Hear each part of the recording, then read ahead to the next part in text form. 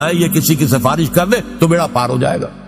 اس لیے کہ آپ کو معلوم ہے کہ بڑے سے بڑا شخص بھی اپنے دوستوں کی بات تو رد نہیں کر سکتا نا.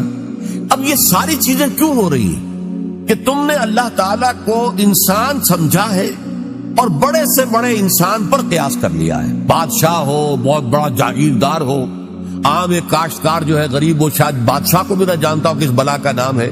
اسے تو معلوم ہے ہمارا جاگیردار ہے جو چاہے کرتا ہے، جس کی بیٹی چاہے اٹھا کر لے گا، جس کا جو چاہے کام کرے، اس کو کوئی چیلنج نہیں کر سکتا.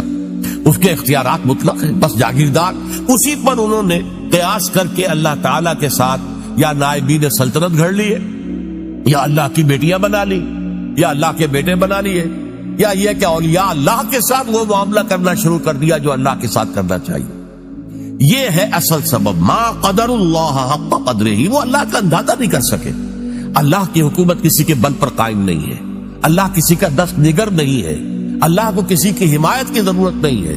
اللہ پہ ذات ہی القوی ہے، اسے کسی فرشتے کی حاجت نہیں ہے. جو چاہے جب چاہے بغیر کسی فرشتے کو بیچ میں لائے ہوئے اللہ تعالیٰ کر سکتا ہے. آنے واحد کے اندر اس کا ایک حرف کن ہوگا اور بڑی سے بڑی بات ہو جائے گی. ہاں وہ چاہے تو فرشتے کو بھیج دے گا، جاؤ یہ کام اس طرح کر دو، لیکن نہیں، اس سے زیادہ حیثیت فرشتے کی نہیں ہے. وہ اللہ کے فرشتادے ہیں، اللہ کے کارکن ہیں، اس کے سوا کچھ نہیں. اولیاء اللہ اللہ کے دوست ہیں، یقیناً کوئی شک نہیں، لیکن یہ کہ ان کے ہاتھ میں اختیار مطلق نہیں ہے کہ جس کو چاہے بخشوا دے. اللہ تعالیٰ کا اختیار ہے، وہ جس کی چاہے گا شفاعت سنے گا، مانے گا، جس کو اجازت دے گا وہ صرف شفاعت کے لیے زبان کھول سکے گا. یہ ساری چیزیں جو ہے یہ تمام اپنی اپنی جگہ پر بیٹھ جائیں تو پھر شرک کا خاتمہ ہو جائے گا. اللہ تعالیٰ کی عظمت جو ہے وہ دل پر اجاگر ہو جائے گی. اب اسی پر قیاس کیجئے، جو اللہ کی عظمت کا اندازہ کر لے، جو اللہ کے حسن و جمال کی کوئی جھلک دیکھ لے، کیا وہ دنیا میں کسی اور شے کا پرستار ہو سکتا ہے؟ اللہ کا حسن، اللہ کا کمال، اللہ کا جمال، اللہ کی قدرت کاملہ، اللہ کا علم کامل اگر کوئی اندازہ ہو جائے تو کیا آپ اپنے نفس کے غلام بن سکیں گے؟ افرأیت من اتخذ الہہ ہواہ، کیا آپ وطن کو معبود بنا سکیں گے؟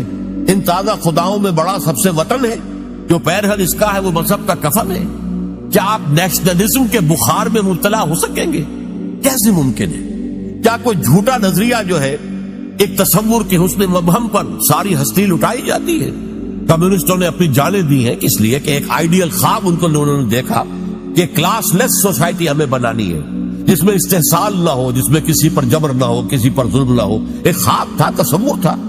وہ ایک دن کے لیے بھی نظام قائم نہیں ہو سکا، لیکن جن لوگوں نے اس تصور کے اور اس خواب کو قبول کر کے جانیں دی ہے، آپ ان کا تصور کیجئے.